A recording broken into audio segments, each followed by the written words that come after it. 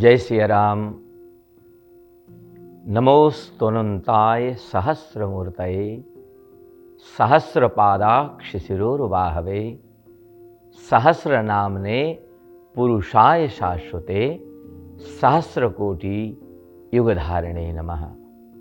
मैं पंडित Narayan Bhatt Sydney Australia से friends TV के माध्यम से आप लोगों से जुड़ने का प्रयास कर रहा हूँ। फ्रेंड्स टीवी ने एक अपना कार्य लिया है कि धर्म का प्रचार प्रसार हो और इनका प्रचार प्रसार सनातन संस्कृति में जो हमारे बड़े बड़े महापुरुष हुए, दिव्य महापुरुष हुए, जिनके जीवन से और जीवनी से हमें बहुत कुछ सीखने को मिलता है। तो आज का जो ये व्यस्त जीवन है हमारा, इसमें ये सब कथा कहानियाँ सुनने का बहुत कम अवसर प्राप्त होता है। तो हम फ्रेंड्स टीवी को धन्यवाद कर रहे हैं कि हम इसके माध्यम से आपके मध्य छोटी छोटी कहानियाँ, लेकिन बहुत महत्वपूर्ण, जिनसे शिक्षा मिले और जानकारी भी मिले और आप अपनी सनातन संस्कृति के महापुरुषों से जुड़े रहें, ये प्रयास हम लोग कर रहे हैं। और आज मैं आपके सामने बहुत संक्षिप्त में महाराज दशरथ के छोटे बेटे, आप जानते हैं महाराज दशरथ के 4 बेटे हैं, 4 बेटे थे और सबसे बड़े राम थे, आप सब जानते हैं, और फिर भरत जी थे, फिर लक्ष्मण जी थे और फिर शत्रुघ्न जी थे। और भरत जो हैं वो दूसरे नंबर के बेटे माने जाते हैं। और भरत जी की चर्चा यद्यपि रामायण के अयोध्या कांड में आती है, फिर भी सभी लोग भरत चरित्र से क्या शिक्षा मिलती है इसी चीज को नहीं समझ पाते। तो बहुत सरल भाषा में, बिल्कुल बोलचाल की भाषा में हम भरत जी के चरित्र पर थोड़ा सा चिंतन कर रहे हैं।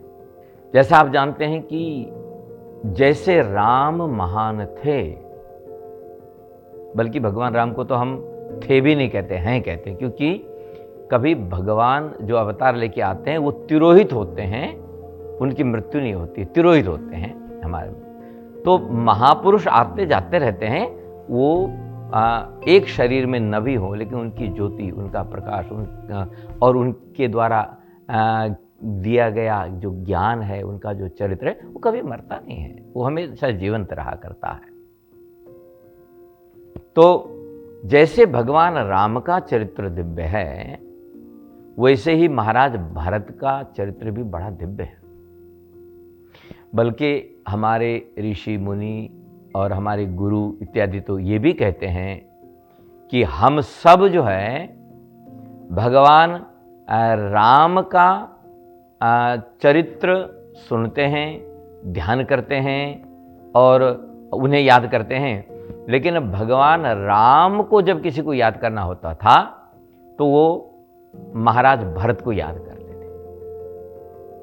वो कभी एग्जाम्पल भी देते थे कि प्रेम की पराकाष्ठा का, माने भ्रातृत्व प्रेम की जो पराकाष्ठा है, तो उसमें वो भरत का एग्जाम्पल देते थे। जैसे जब पहली बार हनुमान जी भगवान राम से मिलते हैं, तो पहले तो दोनों ने नाटक किया है। हनुमान जी ने भी नाटक किया, ब्राह्मण का वेश बना के गए। फिर भगवान ने भी नाटक किया, तो हनुमान जी ने पहचान लिया उनको। तो पहचान लिया तो अब हनुमान जी को बड़ा दुख हुआ। उन्होंने कहा कि मैं तो जीव हूं, मैं तो एक साधारण व्यक्ति हूं। यद्यपि हनुमान जी कोई साधारण व्यक्तित्व तो नहीं है, लेकिन उन्होंने भगवान के सामने कहा, मैं तो जीव हूं, आप तो स्वयं साक्षात परमात्मा हो, ब्रह्म हो, तो फिर आप कैसे मुझे भूल गए। तो उनको बड़ा कष्ट हुआ कि भगवान मुझे भूल गए। तो भगवान ने कहा कि नहीं नहीं, ऐसी कोई बात नहीं हनुमान जी, जैसे आपने अपने आप को प्रस्तुत किया था, आप छद्म वेश में आए थे, नकली वेश में आए थे, उसी तरह से हमने बातचीत की।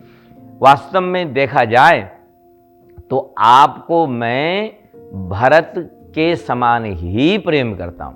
तुम मम प्रिय भरत सम भाई। तो इस तरह से जब कभी अपने प्रेम को उजागर करने की बात आती है तो भगवान सीधा भरत जी का एग्जाम्पल रख देते हैं। भरत जी के अंदर क्या ऐसी विशेषता है?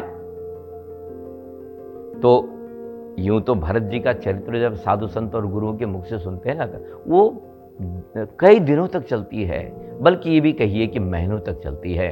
और रामचरितमानस में तो भरत जी के चरित्र के लिए अगाध कहा गया है, माने समुद्र कहा गया है ना। तो लेकिन यहां पर हम केवल 2-4 पॉइंट पर बात करने वाले हैं आपके साथ कि एक तो भरत जी के अंदर त्याग की भावना कितनी थी, और ये जो त्याग कोई साधारण त्याग नहीं दिखता है। भरत जी को अयोध्या का सार्वभौम साम्राज्य, अयोध्या का राज्य कोई छोटा मोटा नहीं था, उस वक्त कौशल राज्य जो है ना, और सभी राज्यों पर अधिकार करता था। तो वो सम्राट थे महाराज दशरथ। तो इतना बड़ा राज्य बिना मांगे मिला, लेकिन भरत जी ने उस मिले हुए राज्य को बिल्कुल ठुकरा दिया। माने इतने एक रत्ती भी लालच नहीं आया, और एक सेकंड के लिए भी ये नहीं आया कि क्यों न मैं राजा बन जाऊं। और लक्ष्मण जी को एक बार रोष आया भरत जी पर, जब वो दलबल के सहित अयोध्या से चित्रकूट गए। तो लक्ष्मण जी ने देखा कि अरे लगभग पूरी अयोध्या की आर्मी यहां आ गई है और पूरा परिवार भी यहां आ गया है। तब लक्ष्मण जी रोष करते हैं भरत जी के प्रति भगवान के सामने। वो कहते हैं कि अब जो है शायद भरत पूरी आर्मी के साथ आकर के हमें समाप्त कर देना चाहता है, ताकि उसको राज्य अकंटक मिले। तब भगवान मुस्कुरा करके लक्ष्मण जी को समझाते हैं कि मेरे भाई, जहां तक मैं भरत के स्वभाव को जानता हूं, अयोध्या का राज्य तो छोड़ो, लेकिन यदि कोई उसको तीनों लोकों का राज्य भी दे देना, तब भी भरत को कोई लालच नहीं आएगा, इसलिए तुम चिंता मत करो। और ये बात बाद में सिद्ध हो गई। तब जो है लक्ष्मण जी ने अपने भाई से क्षमा मांगी भरत जी से। तो उनके अंदर इनबिल्ट वैराग्य है, और लगाव उनका मन केवल राम के प्रति है, भगवान राम के प्रति। और भगवान राम के लिए कुछ भी करने को तैयार हैं। वो 14 वर्ष के लिए केयर टेकर तो बने, लेकिन इसी शर्त पर बने कि राज्य राम का है और वो केवल लुक आफ्टर करेंगे, अपने भाई की आज्ञा का पालन करेंगे। और वो तो एक तो त्याग देखिए, आज समाज में जो विकृतियां हैं उसके मूल में लालच ही तो है, बहुत अधिक पाने की, और जहां से जैसे भी मिल जाए हम उसको अधिग्रहण करने की कोशिश करते हैं, चाहे किसी से भी मिले। लेकिन भरत जी के चरित्र से हमको ये देखना है यहां कि त्याग क्या होता है, और तभी भगवान ने उनसे इतना प्रेम किया। भगवान राम भरत से अगाध प्रेम करते हैं उनके त्याग के कारण और उनकी सेवा के कारण। एक बार जब वन में ये बातचीत हुई, तो भरत जी ने प्रस्ताव रखा कि राम जी ने कहा कि देखो, ये मुश्किल संभव नहीं है कि मैं वापस जाऊंगा, क्योंकि रघुकुल रीति सदा चली आई, प्राण जाए वरु वचन न जाए। माने प्राण चले जाए लेकिन हम अपने वचनों से पीछे नहीं हटते हैं। तब भरत जी ने कहा कि थोड़ा संशोधन कर दीजिए। फिर बोला संशोधन क्या है? तो उन्होंने कहा प्रस्ताव नंबर तो 1 ये है कि आपकी जगह पर मैं और शत्रुघ्न वन में जाते हैं, तो भगवान ने रिजेक्ट कर दिया, बोला नहीं, ये भी बात नहीं हो सकती है। फिर भरत जी ने कहा कि ठीक है, ऐसा है नहीं है तो आप लक्ष्मण को अयोध्या भेज दीजिए, मैं आपके साथ रहूंगा। तो इसमें लक्ष्मण जी भी राजी नहीं हुए। तो कुल मिलाकर के भगवान के साथ रहने की जो लालसा भरत के अंदर थी, केवल भगवान के आदेश को पालन करने के लिए उन्होंने उसको त्याग दिया। वो भी बहुत बड़ा त्याग है। आप और हम यदि कुछ करना चाहते हैं और दिल से करना चाहते हैं, और लेकिन सामने कर्तव्य आ जाए,